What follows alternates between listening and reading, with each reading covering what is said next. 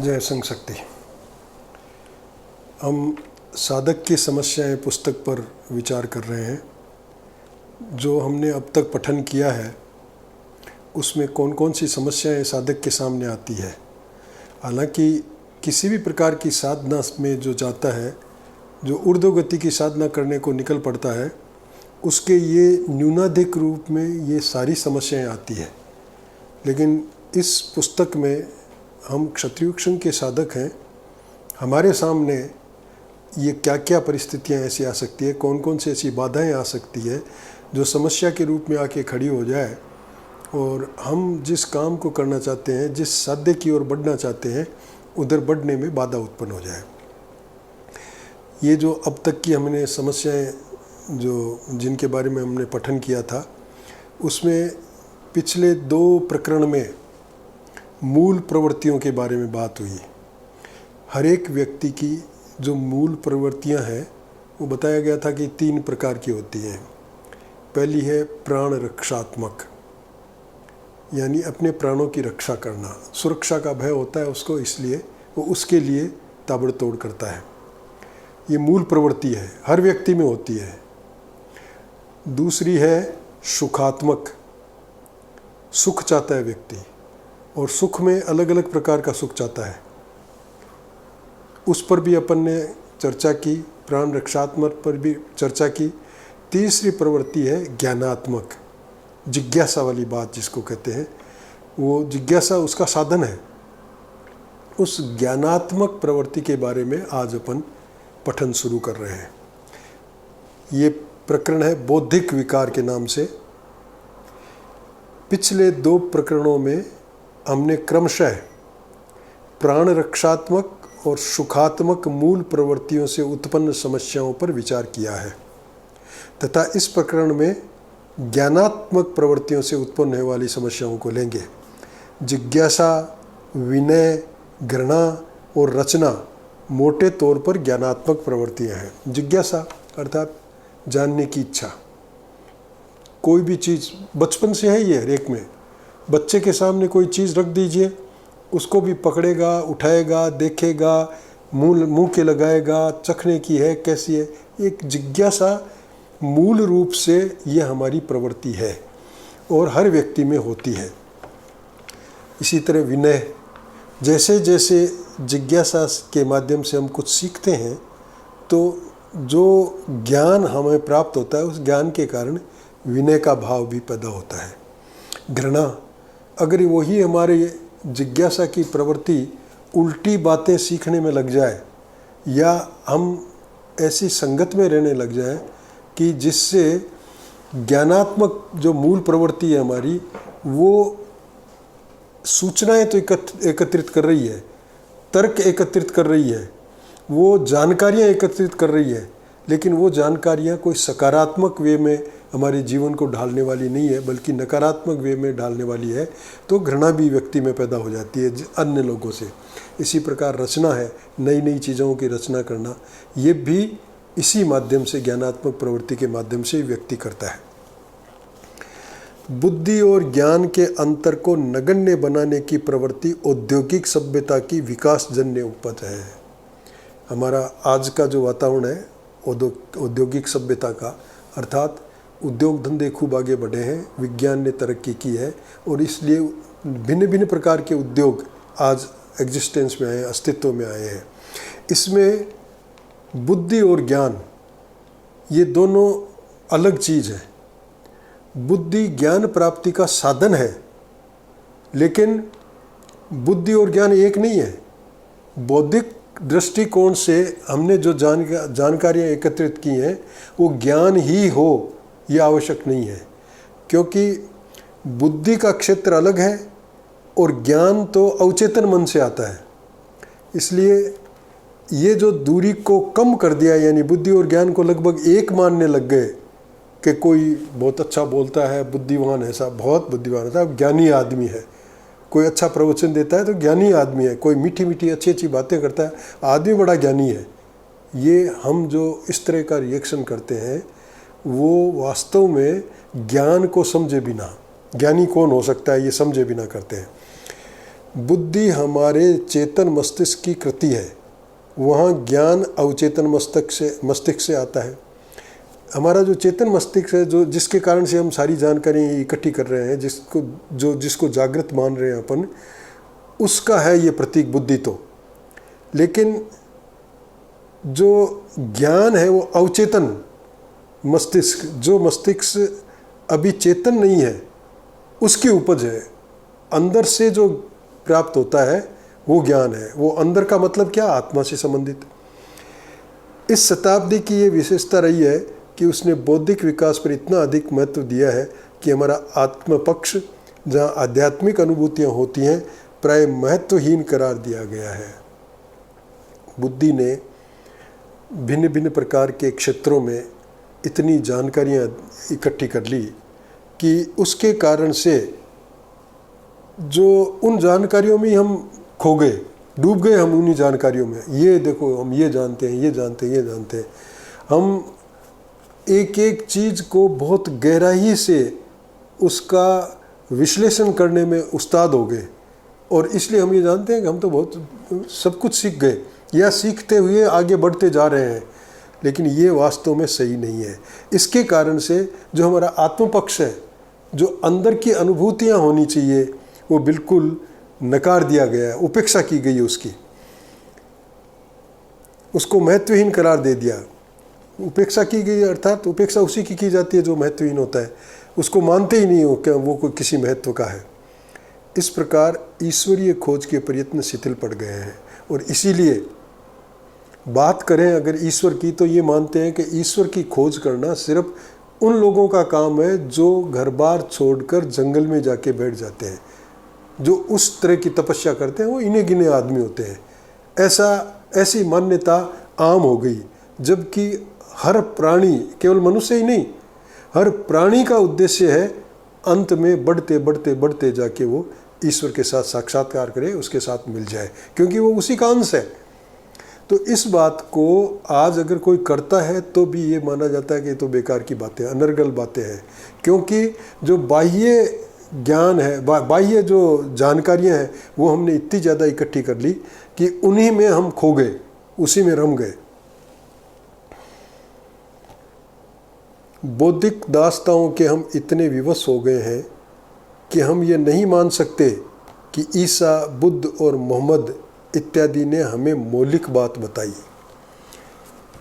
जो संत लोग हुए हैं, इन्होंने कोई मौलिक बात बताई हो, ये हम मानते नहीं, क्योंकि हम बौद्धिक दास्ताओं में उलझ गए। जो कुछ हमने इस चेतन बुद्धि से जो कुछ हमने देखा है, संसार में जो देखा है, संसार में आज जिसको विकास कहा जाता है, जिसको प्रगति कही जाती है, उसको जो देखा है, उसको देखकर ऐसा लगता है कि ये संतों की जो बात है, ये कोई मौलिक बात नहीं है, ये तो कोई भी कह सकता है। असल में आगे से आगे मौलिक बातों की खोज तो आज हो रही है, ऐसा मानते हैं। जिस प्रकार अमेरिका महाद्वीप कोलंबस की खोज के पहले ही विद्यमान था, कोलंबस ने उसकी सृष्टि नहीं की, केवल खोज की है। ठीक उसी प्रकार उपरोक्त अवतार श्रेणी महापुरुषों ने ज्ञान की सृष्टि नहीं की, उन्होंने जो कुछ पहले ही था उसकी खोज की है। कोलंबस ने कहाँ अमेरिका को कोई बसाया नहीं है, अमेरिका का कोई निर्माण नहीं किया, बल्कि अमेरिका तक कोई पहुँचा नहीं था। कोलंबस ने वहाँ तक पहुँच बना करके उसकी खोज की। इसलिए ये कहा जाए कि अमेरिका की खोज की तब तो ठीक है, लेकिन ये कहा जाए कि नहीं अमेरिका को बनाया कोलंबस ने, तो वो तो गलत है। तो इसी प्रकार उन्होंने कोई मौलिक बात कही है, इस बात को हम स्वीकार नहीं करते। ईसा, बुद्ध और मोहम्मद इत्यादि ने हमें मौलिक बात बताई, इसको हम स्वीकार ही नहीं करते। हम ये मान के चलते हैं कि ये कुछ भी नहीं है, ये बातें ही नहीं है, ये तो सब पहले से है।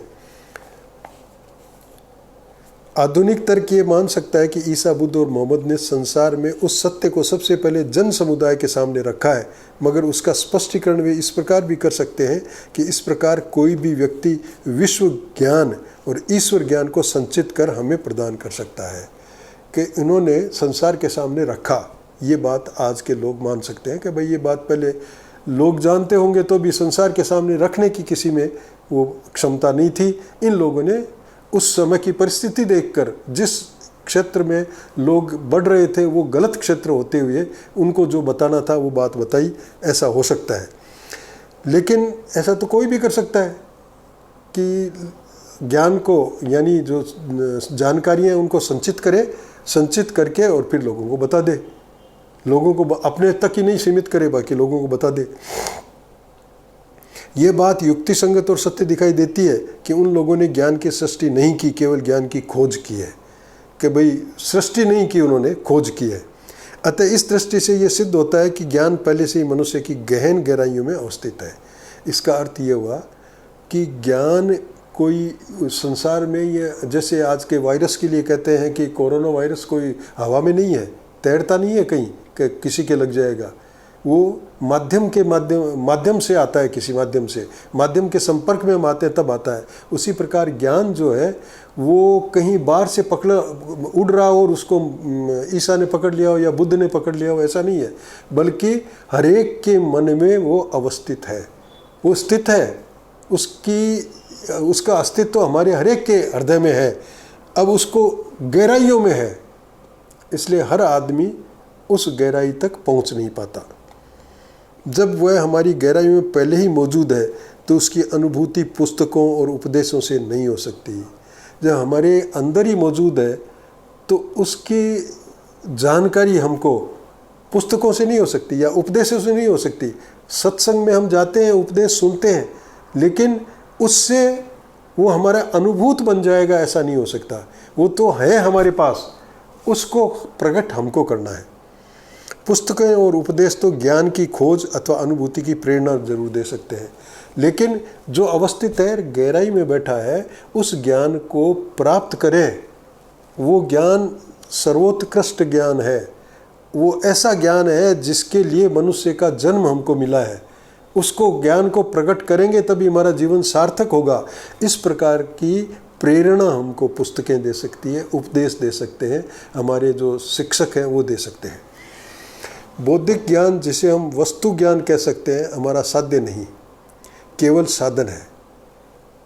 जो वस्तु ज्ञान यानी संसार की जानकारियाँ, ये जो जानकारियाँ हैं सारी, ये इसको प्राप्त करना व्यक्ति का साध्य नहीं है। खास तौर से क्षत्रियुग संघ में हम क्षत्रियुग संघ के बारे में जानकारियाँ रखें। इतने शिविर हो गए, यहाँ हुए, पहला शिविर यहाँ हुआ, ऐसा हुआ, इसने प्रारंभ किया, ये लोग आए, ये गए, इतने लोगों ने शिविर किए हैं, इतनी शाखाएं चलती हैं। ये जानकारियाँ प्राप्त करना ही साध्य नहीं, ये तो साधन है। हम शिविर लगाते हैं, शिविर साधन है उस साध्य की ओर बढ़ने के लिए, अपने आप को तैयार करने के लिए। तो इस साधन का उद्देश्य मनुष्य की आवश्यकताओं की पूर्ति करना है। मनुष्य की आवश्यकताएं क्या? जो जानकारियां हमने इकट्ठी की है, हमको संसार में रहना है, तो उन जानकारियों का लाभ लेकर हम हमारे जीवन को थोड़ा समरस बनाएं, जीवन में बाधाएं कम से कम आए, जीवन में सहज गति से हम बढ़ सकें। उसके लिए जो आवश्यकताएं हैं, उन आवश्यकताओं की पूर्ति हम कर सकते हैं उस वस्तु ज्ञान को हासिल करके।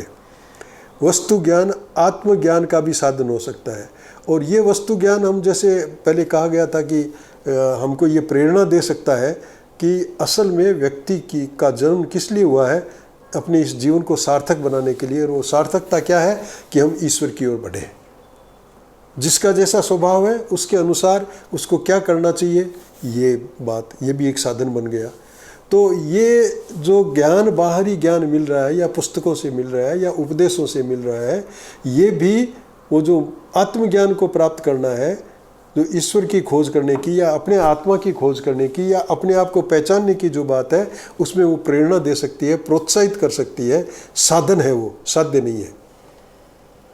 वस्तु ज्ञान का क्षेत्र बौद्धिक है, बुद्धि से ही वस्तु ज्ञान प्राप्त होता है, परंतु समस्त ज्ञान बुद्धि से ही प्राप्त होगा, ये गलत धारणा है। बुद्धि से हम संसार की जो चीज़ें हैं उनके बारे में ज्ञान प्राप्त कर सकते हैं, उनकी जानकारियाँ ले सकते हैं, और वस्तु ज्ञान ही इससे प्राप्त होता है। लेकिन समस्त ज्ञान, मतलब हर प्रकार का ज्ञान बुद्धि से ही प्राप्त होगा, ये अगर हम मानते हो तो गलत है। बुद्धि और ज्ञान के बारीक भेद को अर्धसभ्य और असंस्कारी व्यक्ति नहीं समझ सकता, और इसीलिए साधक जिन अवस्थाओं, विश्वासों और निष्ठा के लिए प्रयत्नशील रहता है, उन्हें ठीक प्रकार से न समझने के कारण ही कुछ लोग असहमत और विरोधी हो जाते हैं। अब जो साधक जिस साध्य के लिए बढ़ रहा है, उस साध्य के लिए जो उसका जिस तरह का ज्ञान होना चाहिए, उस प्रकार की वो चर्चा भी अगर कहीं करे तो लोग उसको स्वीकार नहीं करते हैं, लोग उसको मानते नहीं हैं, क्योंकि बुद्धि पर ही जोर दिया गया है। बुद्धि और ज्ञान में फ़र्क है, इस बात को भी वो स्वीकार नहीं करते, क्योंकि वो अभी अर्धसभ्य है, वो असंस्कारी है। और जो अर्धसभ्य लोग होते हैं, असंस्कारी लोग होते हैं, उनको उस आत्मा से, परमात्मा से, उनके मेल से, उस प्रकार के साध्य से कोई लेना देना नहीं होता। और इसलिए जिस प्रकार का वो विश्वास प्रकट करता है एक साधक, अगर हम ये कहते हैं कि क्षत्रिय उपासना की साधना उपासना है, भगवान की उपासना है, तो इस बात को जो संघ में आकर वर्षों तक चला है, जिसने ऐसा महसूस किया है, जिसने सुख और शांति प्राप्त की है, जिसने ये माना है कि मेरे जीवन में इतना परिवर्तन आया है, उसके बिना कोई दूसरा इसको स्वीकार नहीं करेगा। इसलिए जो हमारी आस्थाएं हैं, उन आस्थाओं को भी लोग स्वीकार नहीं करेंगे, इसलिए वो बाधक बन जाते हैं और हमसे असहमत होकर विरोधी बन जाते हैं। क्षत्रिय उपासना का स्वयंसेवक भी चलते चलते अगर इन जिस प्रकार की साधक की आस्था बननी चाहिए, जिस प्रकार का साधन का विश्वास बनना चाहिए, जिस प्रकार का साधन की निष्ठा मजबूत होनी चाहिए, दृढ़ होनी चाहिए, अगर उसमें उसकी बिल्कुल ही इच्छा नहीं है या उसके ऊपर कोई विश्वास ही नहीं है, तो वो भी ठहर नहीं सकता, वो संघ से अलग हो जाएगा और विरोधी भी बन जाएगा। तर्क तो इंद्रियानुभूति के क्षेत्र में एक बौद्धिक चेष्टा मात्र है। तर्क जो इंद्रियों से, हमारे जो पांचों इंद्रियां हैं, पांचों इंद्रियों से जो कुछ हम महसूस करते हैं, उसके बारे में तर्क एक चेष्टा है, बौद्धिक चेष्टा है। लेकिन उन बातों पर इंद्रियानुभूति कभी हो ही नहीं सकती जो इंद्रियों की विषय नहीं है। जो विषय ही नहीं है इंद्रियों की, उन बातों की जानकारी हमारे इन तर्कों से नहीं हो सकती। तर्क केवल जो विषय है इंद्रियों के, पांचों इंद्रियों के जो विषय हैं, उनके बारे में तर्क बात कर सकता है, समझा सकता है कि कोई चीज़, हाँ भाई मैंने आँख से देखी है, वो तर्क दे सकता है। लेकिन जो उसने देखा नहीं, जिनको हमारी इंद्रियां स्पर्श नहीं कर सकती या जिन तक इंद्रियों की पहुंच नहीं है, उस ज्ञान के बारे में तर्क कुछ नहीं कर सकता। इस प्रकार आँख देखने के सिवाय और कान सुनने के सिवाय कोई अनुभूति नहीं कर सकते।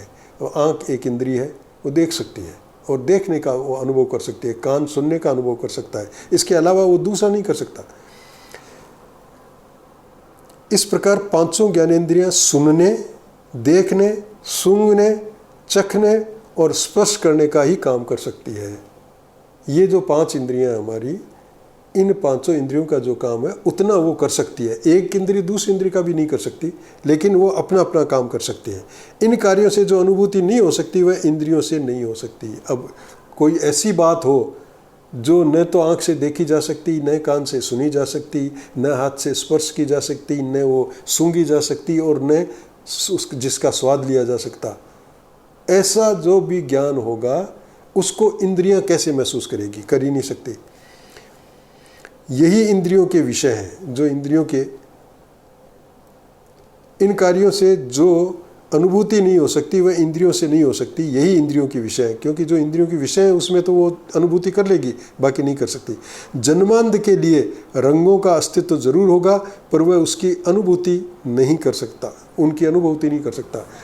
जो अंधा है, जन्म से ही अंधा है, वो अंधा है, वो देख नहीं सकता, अनुभव नहीं कर सकता, लेकिन रंग तो अलग अलग हैं।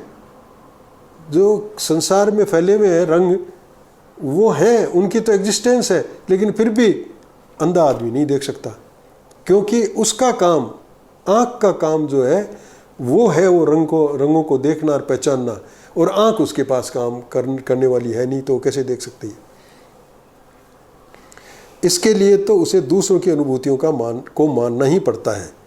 विषय साधक से भिन्न, असंबद्ध अथवा नैसर्गिक रूप में असंप्रत हैं, इसलिए इंद्रियां उनकी अनुभूति कर सकती हैं। ये जो विषय हैं जो इन पांचों इंद्रियों से देखे जा सकते हैं, ये तो साधक से असंबद्ध, व्यक्ति से नहीं, साधक जो उस मार्ग पे बढ़ रहा है, जो आत्मा है, उस आत्मा के विकास के लिए जो साधक बढ़ रहा है उसको साधक कहा है। तो साधक के लिए ये जो विषय है वो असंबद्ध है और नैसर्गिक रूप से उसे असंकृत है। ये असंकृत क्या शब्द होता है, शायद संस्कृत का होगा, हिंदी की डिक्शनरी में तो इसका कोई अर्थ हमें मिला नहीं, लेकिन ये जिस रूप में प्रकट किया गया है इसमें ऐसा है जैसे उसके साथ घालमेल न हो, उसके साथ एकता न हो। तो विषय साधक से भिन्न, असंबद्ध अथवा नैसर्गिक रूप में असंकृत है इस आत्मा से, इसलिए इंद्रियां उनकी अनुभूति कर सकती हैं। इंद्रियां जो इस आत्मा से अलग है वो बाहर की चीज़ है और बाहर की चीज़ों को ही इंद्रियां अनुभूति कर सकती है, तो उनकी तो वो कर लेगी।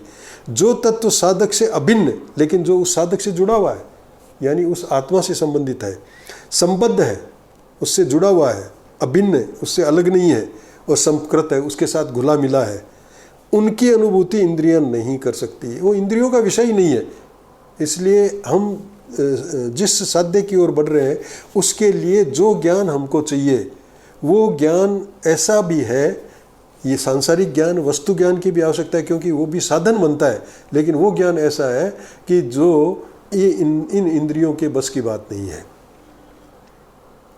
अतः आत्मानुभूति इंद्रियों से नहीं होती, जो आत्मा की अनुभूति है वो इंद्रियों से नहीं हो सकती। तर्क पद्धति से बुद्धि कुछ सत्यों को सिद्ध कर सकती है।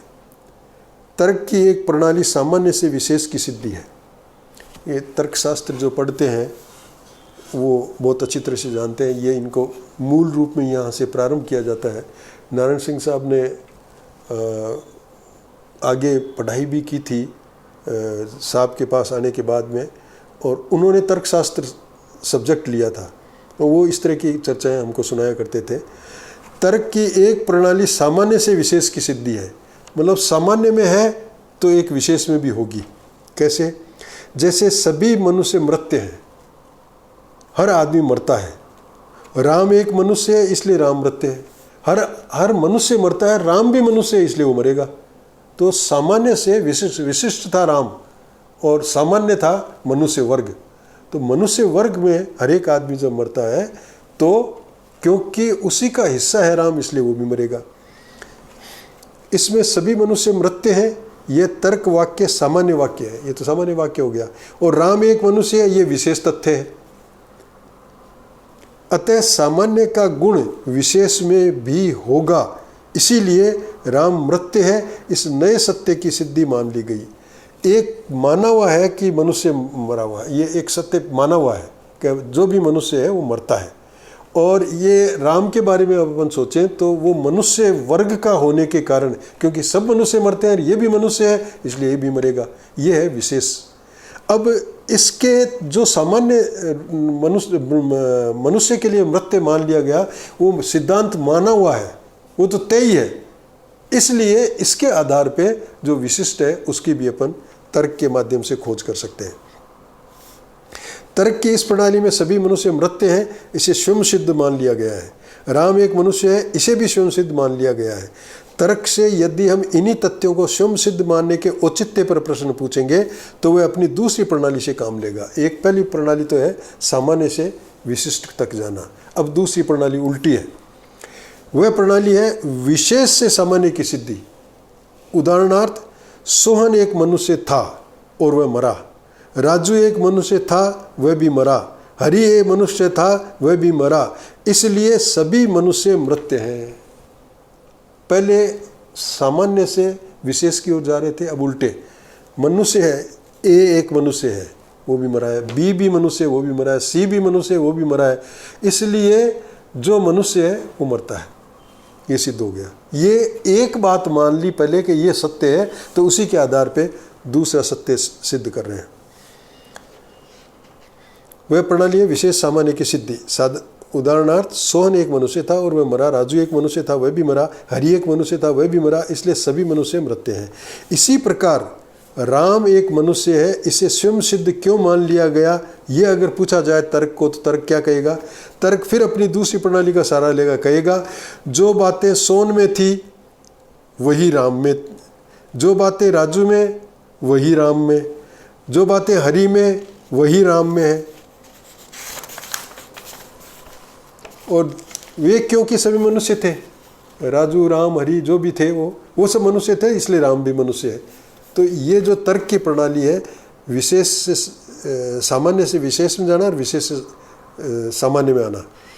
अब यदि हम सोहन, राजू और हरि के मनुष्य होने का प्रमाण और मनुष्यों के मृत्यु होने का प्रमाण तर्क से मांगने लग जाए, तो तर्क अपनी उपरोक्त दोनों ही प्रणालियों से कोल्लू के बैल की भांति चक्कर काटता रहेगा। अब ये कहा जाए कि भाई आप पहले से किसी को मान लेते हो, अब जैसे आपने मान लिया कि राजू है वो मनुष्य है, हरि है वो मनुष्य है और वो मरता है इसलिए राम भी मरेगा, तो ये कैसे मान लिया आपने कि राजू है? तो फिर वो वापस उसी प्रणाली पे आ जाएगा कि क्योंकि सब मनुष्य मरते हैं इसलिए राजू भी मनुष्य है तो वो भी मरेगा। तो ये आपस में तर्क एक दूसरे में इसी तरह उलझे रहते हैं।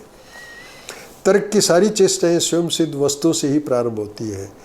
पहले मान लिया कि मनुष्य मृत्य है, ऐसा सिद्ध है, तब तो वो प्रणाली आगे चलेगी। जो अगर पहले प्रणाली जहाँ से शुरू किया गया है वो भी सिद्ध नहीं है, तो फिर वो तर्क आगे काम नहीं करता। जब किसी वस्तु के लिए तर्क ये कहता हो कि ऐसा होता आया है, यह प्राकृतिक है, सहज है और स्वाभाविक है, तब तर्क स्वयं अपनी पराजय स्वीकार कर लेता है, क्योंकि उसके बिना वो आगे बढ़ ही नहीं सकता। जब तक कोई स्वयं सिद्ध वस्तु नहीं हो तब तक वो किससे तुलना करे? स्वयं सिद्ध वस्तु मिल जाए तो उसके लिए तर्क देकर वो तुलना कर सकता है, क्योंकि ये ऐसा है तो ये भी ऐसा होगा। ये है तर्क का क्षेत्र। जब हम इस निश्चय पर पहुंच गए कि जो इंद्रियों के विषय नहीं है और जो साधक से अभिन्न, संबद्ध और संकृत है, उन तत्वों की खोज व अनुभूति बुद्धि नहीं कर सकती और तर्क स्वयं अप्रतिष्ठित है, तब हमें विवश होकर यह भी मानना होगा कि समस्त ज्ञानात्मक और आध्यात्मिक अनुभूतियां बुद्धि से होना असंभव है। ये पिछली दो मूल प्रवृत्तियों के बारे में अपन समझ रहे थे, तो उनको समझना इतना मुश्किल नहीं था। ये तो अपन दावा नहीं कर सकते कि पूरी तरह से अपन समझ गए हैं, और पूरी तरह से अगर उसकी जानकारी भी मिल गई है तो भी ये दावा नहीं कर सकते कि अब हम में वो बाधा नहीं आ सकती, हमने वो सारे उपाय कर लिए हैं। लेकिन ये जो तीसरा बुद्धि और ज्ञान वाली बात है, ये थोड़ी और ही मुश्किल है, क्योंकि ज्ञान शब्द को समझना, ज्ञान का मूल क्षेत्र क्या है उसको समझना, ये हमारे लिए इतना ही मुश्किल है। तर्क करने वाले जो लोग हैं उनके लिए जितना मुश्किल है उतने हमारे लिए भी मुश्किल है, क्योंकि ये बहुत ही अवचेतन मन की बात है।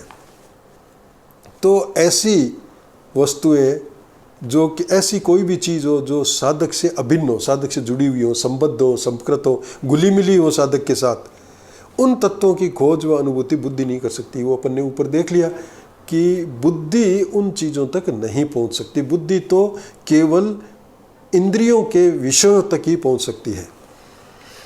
और ये भी अपन ने देख लिया कि तर्क तो खुद अप्रतिष्ठित है, वो तो किसी प्रतिष्ठित के आधार पे आगे चलता है, वो स्वयं प्रतिष्ठित नहीं है। तब हमें विवश होकर ये मानना पड़ेगा, तब हमको ये सोचना पड़ेगा कि ज्ञानात्मक और आध्यात्मिक अनुभूतियाँ बुद्धि से होना संभव नहीं है। हालांकि बुद्धि को नकारा भी नहीं है कि बुद्धि भी साधन है, लेकिन बुद्धि वो ध्येय नहीं है, वो साध्य नहीं है। उससे वो चेतना प्राप्त करना, वैसा ज्ञान प्राप्त करना संभव नहीं है। जैसा पहले लिखा जा चुका है, ज्ञान का एक साधन बुद्धि अवश्य है, क्योंकि उसी से वस्तु ज्ञान होता है। साधक से भिन्न, असंबद्ध और संकृत सत्य की खोज हो सकती है, लेकिन बुद्धि जब उपरोक्त क्षेत्रों का अतिक्रमण कर आस्थाओं, निष्ठा और विश्वासों के क्षेत्र में दखल करना शुरू कर देती है, तभी उसमें बौद्धिक विकार की समस्याओं का उदय होता है। अब बुद्धि साधन है, उसके माध्यम से साधन, जैसे अब हमारे पास हमारे पाँव में लगी हुई है और चलना मुश्किल हो रहा है, उस समय हम एक लकड़ी का सहारा लें और सहारे से आगे बढ़ें, तो उस लकड़ी को हम इनकार नहीं कर रहे हैं, लेकिन लकड़ी नहीं चल रही है। लकड़ी हमारे चलने में मदद कर रही है, सहायक हो रही है, तो वो साधन है। तो बुद्धि को हम साधन के रूप में काम में लेकर हम उस चीज़ तक पहुंच सकते हैं जो जिसको आत्मज्ञान कहते हैं या ज्ञान कहते हैं। लेकिन अगर उस ओर बढ़ने में बुद्धि बदमाशी करती है, कोई अड़चन डालती है, बिना मतलब के तर्क डालती है, या उस पर विश्वास ही नहीं करती, बिल्कुल उस पर कोई उसकी आस्था नहीं है, तब वो बुद्धि विकार युक्त बुद्धि हो जाती है। जैसा कि बौद्धिक विकार बताया गया है, उस बुद्धि में विकार पैदा हो गया और इसलिए वो उस ज्ञान को प्राप्त करने में असफल रहेगी। बुद्धि जब अपना प्रभुत्व हमारे संपूर्ण व्यक्तित्व पर जमाने की चेष्टा करती है, तब उसकी पहली प्रतिक्रिया जिज्ञासा की मूल प्रवृत्ति पर होती है। बुद्धि जब अपना प्रभुत्व अपने संपूर्ण व्यक्तित्व पर, अपने ऊपर वो हावी होना चाहती है, तो पहली प्रतिक्रिया जिज्ञासा की मूल प्रवृत्ति पर होती है। जो ज्ञान प्राप्त करने की एक चाह है, वो है जिज्ञासा। वो जिज्ञासा की जो मूल प्रवृत्ति है, उसी पे वो जो विकार युक्त बुद्धि है वो आक्रमण करती है। यानी उस जिज्ञासा को शांत करने की या उसको मोड़ने की कोशिश करती है, ताकि साधक के बाधा उत्पन्न हो जाए। अब बुद्धि खुद की है साधक की, लेकिन साधक अगर उस बुद्धि जो कि हमारे ऊपर हावी होना चाहती है, हम पर अधिकार जमाना चाहती है, उसके वशीभूत हो गया, तो वो साधक जो किसी एक उद्देश्य को लेके आया था, आगे बढ़ रहा था, मुझे संघ में जाना है, संघ के माध्यम से मुझे क्षात्र धर्म के अनुकूल अपना जीवन बनाना है और ऐसा जीवन बन जाए उस हिसाब से मैं क्षात्र धर्म का पालन करने जैसी स्थिति मेरे जीवन भर की बनी रहे, वैसा ही मैं काम करता रहूं, ये काम मुझे करना है, संघ के संगठन की एक कड़ी बनना है, समाज के लोगों को आकर्षित करके साथ लाना है, करना सारी बातें। और गीता के माध्यम से मुझे ये विश्वास दिया गया है कि अगर तुम अपने स्वाभाविक कर्मों के अनुसार जीते हो, यानी क्षात्र धर्म के जो गुण होने चाहिए उनके अनुसार जीते हो, तो तुम्हें ईश्वर की प्राप्ति होगी। तो जो ईश्वर की प्राप्ति का मुख्य उद्देश्य लेकर हम सारी एक्टिविटी करते हैं, उस एक्टिविटी में अब वो बुद्धि विकार ग्रस्त हो गई और वो हमेशा टांग अड़ाएगी, वो रोड़ा अटकाएगी। जिज्ञासा जो चाहती है कि मैं कुछ सीखूं, क्या है ये चेतना, आत्मा की चेतना, क्या है वो आत्मज्ञान, लेकिन उसमें बुद्धि का ही क्या होता है, कोई है क्या, कोई किसी ने देखा है क्या आत्मा? ये इतने एक्सरे होते हैं, कहीं आत्मा दिखाई दी है? या हृदय में कोई आत्मा बसती है क्या? आत्मा नाम की कोई स्थूल चीज़ है क्या? है नहीं तो क्या है? और स्थूल नहीं है तो वो ठहरती कैसे है? अनेकों तर्क तरह तरह के कोई दे सकता है। तो जो जिज्ञासा थी हमारी उस ज्ञान को प्राप्त करने की, उसमें विकार युक्त बुद्धि बाधा डालेगी।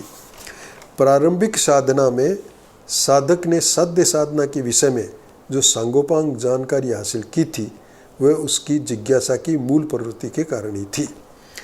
संघ में आया साधक, खेल खेले, खेलों में जो बताया गया ये खेल क्यों खेलते हैं, इससे क्या क्या गुण सीखते हैं, किस तरह का अभ्यास होता है, ये सब सुना, प्रवचन सुने, चर्चा में अपने विचार व्यक्त किए। ये जो सारा कार्यक्रम हो रहा है, इसमें जो प्रारंभ में साधना में जो आता है, व्यक्ति अपनी जिज्ञासा के कारण, ये क्यों खेल खेलते हैं मैं जानूं, ये चर्चा में जैसा बोला गया है ये सही है या नहीं है, ये मुझे मालूम होना चाहिए, मैं क्या सोचता हूँ ये मैं बताऊँ। ये जो सारी जिज्ञासा का क्षेत्र है, जिसमें प्रवचन सुनते हैं, हम नोट करते हैं, ये बातें नोट की हमने, ये ऐसा होता है, ये बताया गया, ये बताया गया, तो ये जानकारी हासिल करने का तरीका है। ये मूल प्रवृत्ति के कारण बुद्धि के विकृत होने पर, अर्थात अहम का बुद्धि के साथ मेल होते ही आत्मानुभूति और बुद्धि से अगम्य यत्किंचित ज्ञान है, उसे वह निर्बल, दक्यानुसी और अंधश्रद्धा के नाम से गाली निकालकर उसे हुंकारिया घोषित कर देती है। अब बुद्धि विकृत हुई तो अहंकार पैदा हो गया। अहंकार के नए नए रूप पीछे अपन ने देखा था कि किस समय वो कैसा रूप लेके आए। अब यहाँ अहंकार के रूप में नहीं आएगी, है अहंकार ही, लेकिन क्योंकि बुद्धि विकृत हो गई तो अब वो तर्क देगा। और वो तर्क क्या देगा कि ये जो आत्मा की बात की जाती है, अगम्य यत्किंचित ज्ञान है, जो आत्मानुभूति और बुद्धि से अगम्य, बुद्धि से तो पहचाना नहीं जा सकता, लेकिन आत्मा की जो अनुभूति है, अगम्य यत्किंचित ज्ञान है, उससे कहेगा ये फालतू की बातें हैं, दक्यानुसी है। ये लोग अपने में श्रद्धा प्राप्त करने के लिए ये कहा गया था, इस पुस्तकों के लिए कहा गया, साधना पथ पुस्तक लिखी गई तब कहा गया था ये तो पोप ग्रंथ है, ये अपने ऊपर श्रद्धा बनाने के लिए लिखी गई है। तो इस तरह तरह की बातें आती हैं अंधश्रद्धा के नाम से। फिर उसको अंधश्रद्धा, व्यक्ति की जो थोड़ी बहुत श्रद्धा जागृत हो रही है उसको अंधश्रद्धा का नाम देके और उसके ऊपर तरह तरह की बात करते हैं, दोष देते हैं और ये कहते हैं ये तो हुंकार्य है जो लोगों के सामने खुद सम्मान प्राप्त नहीं कर सकते। तो जो शिक्षक है उस शिक्षक के हुंकार जो जैसा कहे वैसा कि वह हाँ बनना, ऐसा हुंकारिया बनकर उसका खास आदमी बनना चाहता है। इस कच्ची अवस्था में ही साधक को जब बहुत कुछ सीखना होता है, पहली ही बार वह अनुभव करता है कि उसने अपने आप को सीखने वाला मानकर जो साधारण श्रेणी में डाल रखा था, यह विचार ही कितना महत्वहीन और बेकार है। जब ऐसी स्थिति आती है, बुद्धि उसकी विकृत होकर अहम के साथ जुड़ती है, तब वो सोचता है कि मैं अपने आप को आज तक ये समझ रहा था मैं तो कुछ नहीं हूँ, मैं तो कुछ जानता ही नहीं हूँ। कितना गलत विचार था मेरा, बहुत कुछ जानता हूँ मैं अच्छी तरह से जानता हूँ कि जो चीज़ बुद्धि से समझा ही नहीं जा सकती उसको मैं मानूँ ही नहीं। क्यों मानूँ मैं?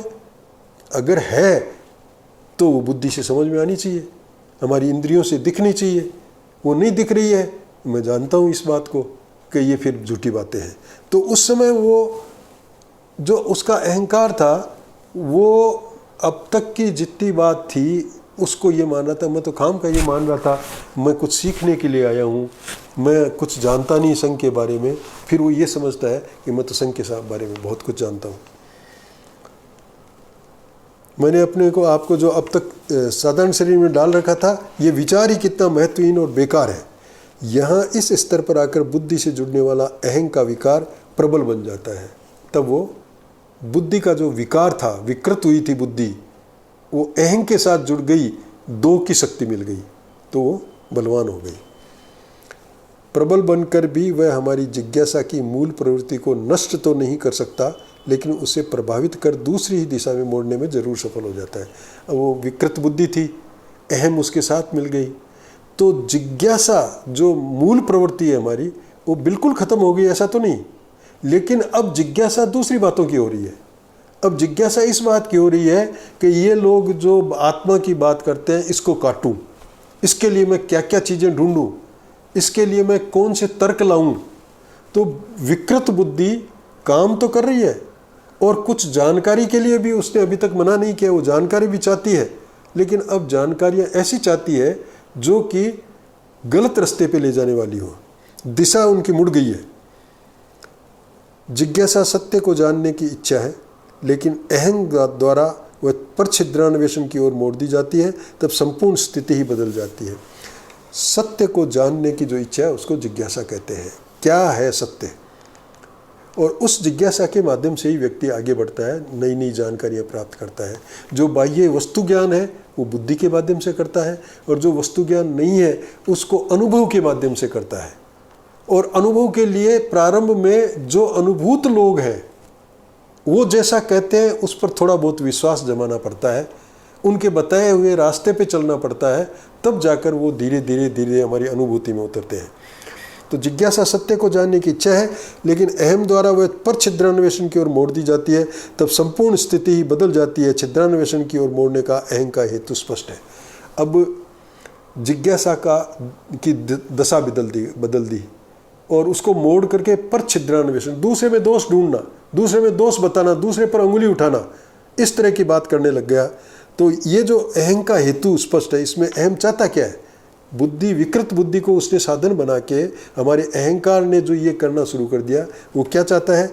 अहंग्रस्त बुद्धि अपना पराभव स्वीकार नहीं कर सकती, और वह ये जानती है कि उसका पराभव शक्तिशाली से ही संभव है। ये भी जानती है कि अपने से शक्तिशाली से युद्ध जब किया जाता है तब विजयाकांक्षी निर्बल घात बल लगाकर आक्रमण करता है, अथवा शक्तिशाली की निर्बलताओं को खोज कर प्रकट किया करता है। अब वो दूसरे में दोष ढूंढ रहा है। उसका हेतु क्या है? उसका हेतु यह है कि वो जानता है कि मैं हारना नहीं चाहता, वो उसकी इच्छा है। और अगर मैं हारूं नहीं, इसका मतलब मैं जीतूं। तो जीतूं तो जो मेरे सामने शक्तिशाली व्यक्ति है, जो जिसकी लोग बात मानते हैं, मैं संघ में इतने वर्षों से आ रहा हूँ, कोई दूसरा भी इतने वर्षों से आ रहा है, कोई कुछ कम वर्षों से आ रहा है, लेकिन उसके भी लोग बात मानते हैं, मेरी बात नहीं मानते। तो जिसकी बात मानते हैं उसमें मैं दोष ढूंढूं, दोष ढूंढ के छिद्रान्वेषण करके उसके ऊपर बार बार अंगुलियां उठा करके कि इसमें ये गलती है, इसमें ये गलती है, वो किसी भी तरह से मोड़ के बात को घुमा के कहा जाए या कैसा भी कहा जाए, ये जो करता है वो क्यों करता है? क्योंकि वो इस बात को अच्छी तरह जानता है कि शक्तिशाली से अगर युद्ध करना है और उसमें अगर जीतना है तो छद्म वेश धारण करके जाना चाहिए, पीछे से घात करना चाहिए, उसकी कमजोरियों को ढूंढना चाहिए और जहाँ जहाँ उसकी कमजोरियाँ हैं वहाँ पर अटैक किया जाना चाहिए। जब कमजोरियों पर अटैक किया जाएगा तो संभावना है कि मैं जीत जाऊं, और अगर कमजोरियों पर अटैक नहीं किया जाएगा तो जीतने का सवाल नहीं। इसलिए वो दोष ढूंढता है हर एक आदमी में, जबकि दोषों के लिए तो पहले ही कहा गया है कि दोष किसी दूसरे का ढूंढना ही नहीं चाहिए, दोष अपना ढूंढना चाहिए। लेकिन पर छिद्रान्वेषण दूसरों में छेद करना, वो छेदों को ढूंढना कि इसमें क्या क्या कमियां हैं, इस प्रकार की प्रवृत्ति अपनाकर वो बढ़ने लग जाता है। और इस प्रकार जो विकृत बुद्धि है वो साधक को पथ भटका देती है। फिर वो साधक नहीं रहा, उसने उस बाधा के सामने अपने घुटने टेक दिए, ऐसा मानना चाहिए। जय संघ शक्ति।